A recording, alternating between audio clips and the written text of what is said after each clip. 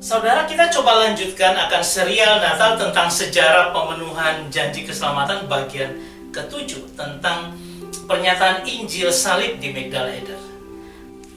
Kita akan melihat bersama dalam Lukas pasal 2 ayat 11 sampai dengan 15, tapi saya akan membaca sampai dengan ayat 12. Dan kita bisa melihat bagaimana bayi itu ya terbungkus dengan lapin dan terbaring dalam palungan.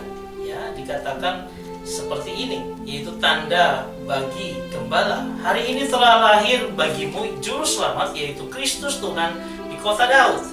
Dan inilah tandanya bagimu, kamu akan menjumpai seorang bayi dibungkus dengan kain lapin dan terbaring dalam palungan. Kita akan melihatnya bagaimana itu tanda yang luar biasa.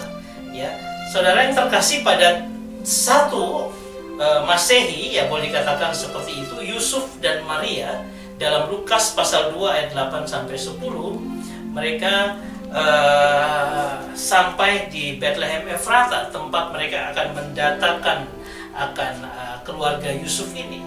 Dan Maria di situ melahirkan akan seorang anak yang kita sebut Yesus. Kemudian yang menjadi saksi adalah para gembala.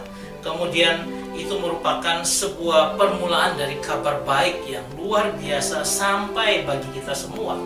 Dan pada 33 Masehi diperkirakan Yesus Kristus dalam Yohanes pasal 1 ayat 29 dikatakan tentang lihat anak domba Allah yang menghapus dosa dunia. Ya.